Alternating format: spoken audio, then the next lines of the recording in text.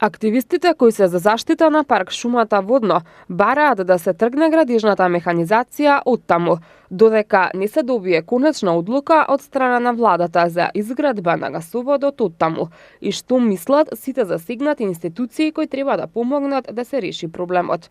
Тие бараат стручна, а не општа студија од Министерството за животна средина, со нова оценка како изградбата на гасоводот ќе влијае на животната средина на заштитеното подрачје.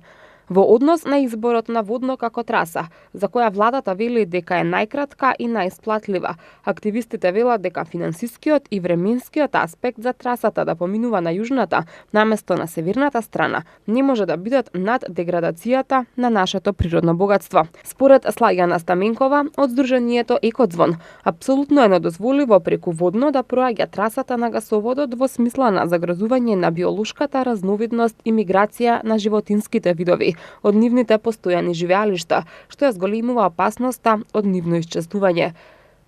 Затоа е добро, ако е возможно да се направат напори, секоја измена која ќе се прави да биде во соработка со невладени организации и јавно да биде презентирана, вели Стаменкова.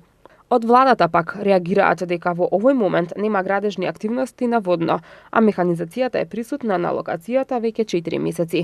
Во наредниот период планирани се активности во деловите каде не е предвидена измена на трасата, односно деловите каде нема загрозување на животната средина, соопштуваат од владата. Оттаму додаваат дека новата траса ќе предизвика поголеми трошоци, но по таа цена ќе се обезбеди најмала можна штета врз животната средина. Како компензација на оштетената вегетација ќе се засади нова во неколкукратно поголеми количини.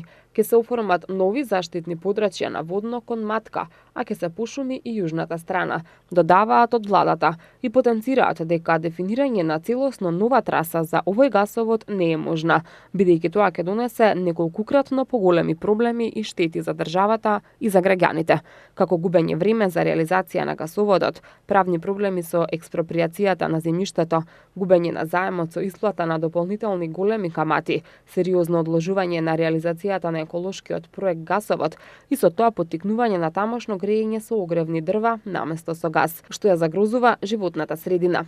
Гасоводот е типичен еколошки проект, кој ќе има сериозно позитивен ефект за животната средина. За крај се вели во соопштението од владата.